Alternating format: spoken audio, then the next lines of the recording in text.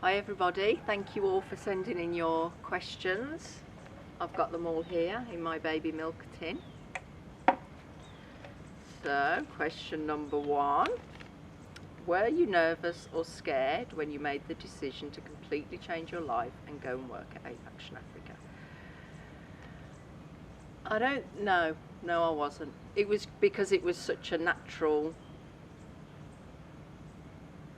progression, really. I'd originally come over for 3 months, and then 2 months in, Khan Daniel arrived, and it just went from there. So there wasn't really any point where I had to sit and make a decision and am I staying here or am I going? It just sort of happened. So there wasn't any of that nervousness about making a decision. Thank you for that one. Question number 2. Have you learnt the local language, or is English used when working with staff at AA? There are hundreds of local languages here in Cameroon, and many of our staff are from different areas of Cameroon and all speak different dialects. I know about 3 words in the local language. It's very complicated. We are in the Francophone zone of Cameroon, so predominantly all of the team here speak French, although we also have English speaking staff as well. But the main language we work in here is French.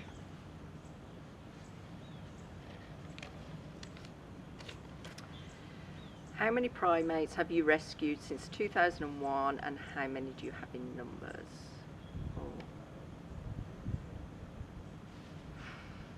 That's quite a difficult one to know figures right off the top of my head. When I first arrived, we had 6 gorillas, 4 red-capped mangabes, and 2 groups of chimpanzees. One was a group of 10 or 11, and the other group was around about the same actually, and that's all we had. Now, 2021, we're just under 300 primates.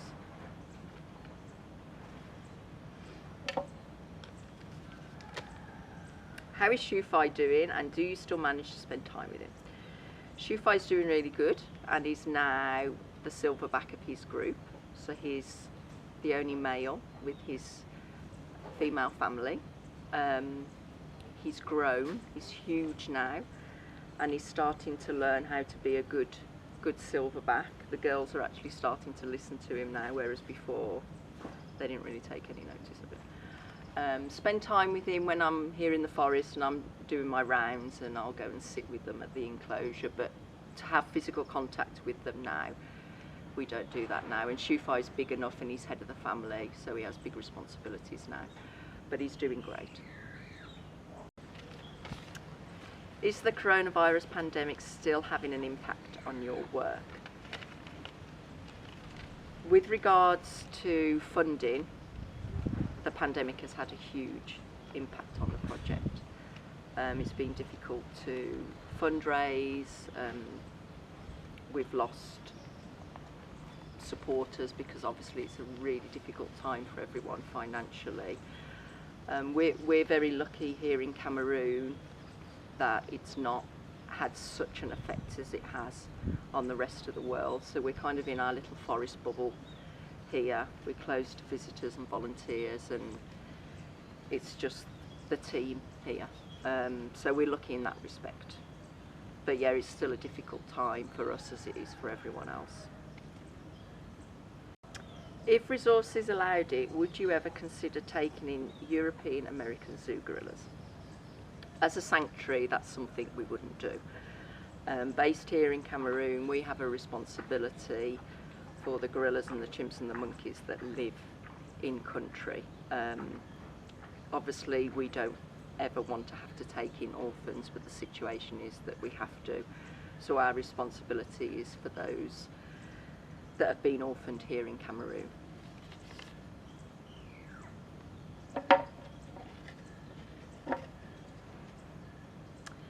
How is Bobka settling in with his new family? Bobka's doing really well. It was quite difficult at first because in Bobka's head he was a silverback, and he had to learn that actually he wasn't a silverback and there were other gorillas that were bigger than him. But he formed a really close bond with Dumassi, one of our females, and she's very protective of him. So he's with Dumassi and Chris, and the three of them are doing really well. Bobga's really big now, and they go out into the forest every day. He socialises with them great. I mean, he's the youngest one of the family, so he gets the brunt of their aggression sometimes, but just normal gorilla behaviour. He's growing into a confident little boy.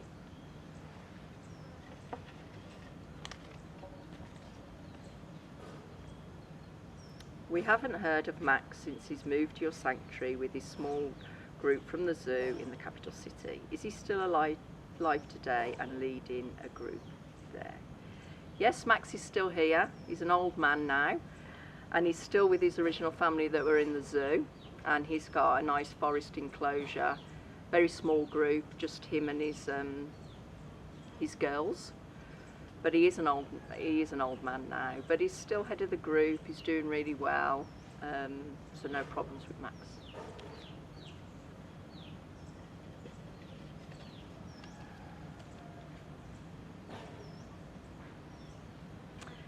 For those of us who would like to help Ape Action Africa but can't afford to donate, what we can do.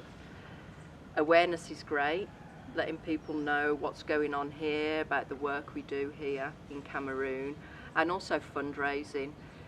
You know, we have some great supporters all over the world that will do small fundraisers, and every last little penny is really appreciated. So fundraising and raising awareness. Next question. What's the most rewarding part of your job and what's the most challenging? Most rewarding part is when we're able to rescue an orphan and then introduce them to a new family group to replace the family that they've lost, and then seeing them form relationships to have new brothers and sisters and surrogate mother and surrogate father, and how it should be in the wild, and also not having to have that human intervention. So finally seeing them in the trees with the rest of their family, that's the most rewarding. The most challenging goes with new arrivals, because when we get a new arrival, obviously it's a huge financial strain on the organisation, because then we have to think about finding funds for the immediate care, but it's not just that, it's okay, where this orphan will be in 10 years' time. We're going to need to form this group, we're going to need to build this enclosure, so it's ongoing, and that can be very challenging at times. Last question. What made you want to work in Cameroon specifically, and what was it like starting out there? What advice would you give to conservationists who have the desire to move to Africa from the US? I didn't choose Cameroon specifically. I wanted to work with primates, and at the time I was planning on travelling around and to continue travelling after Cameroon, and Cameroon was my first stop, and I've never left.